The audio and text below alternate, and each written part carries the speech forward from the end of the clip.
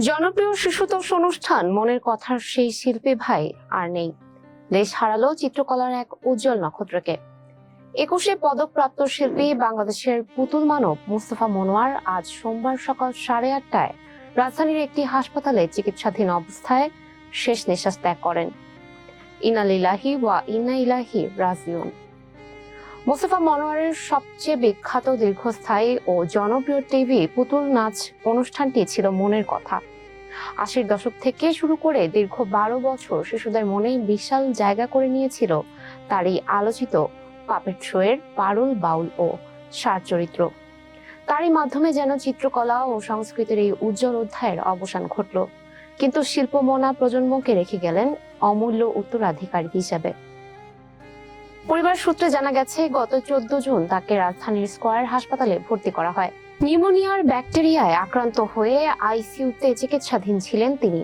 এর আগে 2024 সালে প্রোস্টেট ক্যান্সারে আক্রান্ত হয়ে গুরুতর অসুস্থ হয়ে পড়েন মুস্তফা মনোয়ার। তখন দিল্লিতে চিকিৎসা নিয়ে সুস্থ হয়ে দেশে ফিরেছিলেন। 1935 সালের 1 সেপ্টেম্বর মাগুরা জেলার নাকল গ্রামে জন্মগ্রহণ করেন তিনি।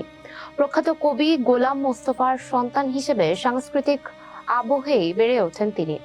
দীর্ঘ কর্মজীবনে এই কিংবদন্তির সাংস্কৃতিক ব্যক্তিত্ব, চিত্রকলা, মঞ্চাভিনয়, ভাস্কর্য, টেলিভিশন উপস্থাপনা সহ শিল্পের প্রায় সকল শাখায় তার শৈল্পিক দক্ষতার জন্য সকলের কাছে প্রিয় ছিলেন তিনি।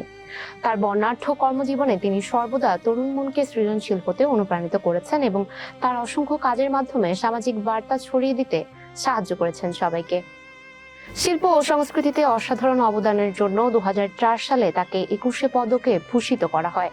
তার মৃত্যুতে দেশের শিল্প ও সংস্কৃতির অঙ্গনে নেমে এসেছে শোকের ছায়া। এতক্ষণ সঙ্গে ছিলাম আমি সুমাইয়া হক তনি। নিউজ ফ্ল্যাশ 71 এর সাথে থাকার জন্য ধন্যবাদ।